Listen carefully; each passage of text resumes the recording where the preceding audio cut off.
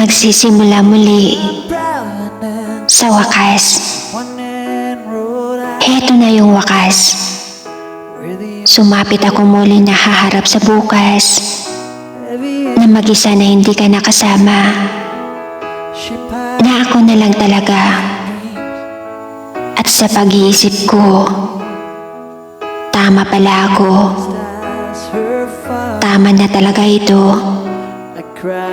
Tama nang tapusin na lahat-lahat sa ating dalawa. Pero sa pagsisimula ko sa wakas, gusto ko nang bumangon. At sa aking pagbangon, nais kong ikaw ay wala na roon. Yung hindi ka nakasama sa lahat ng mga plano ko ngayon. Dahil ang mga alaala natin ay matagal ko nang ibinahon. Wala na yung sugat, dahil ito'y kusa nang naghilom. Wala na. Sinanay ko na rin ang sarili kong mag-isa. Mag-isa kong tatahakin ang bukas, na nakangiti ang aking labi at may saya ang aking mga mata, na kahit wala ka na ay natutuwa akong nakontento na hindi na tayo magkasama.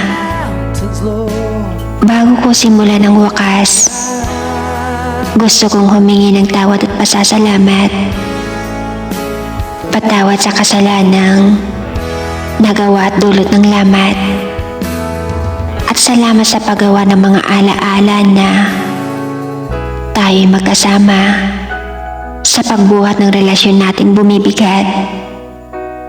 At mula ngayon, ibabaon ko na lahat sa limot, na walang halong sama ng loob at puot.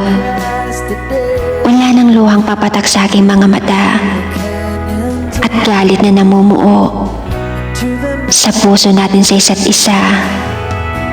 Ang importante, minahal kita.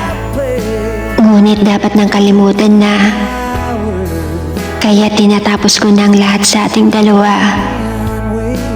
Wala nang tayo.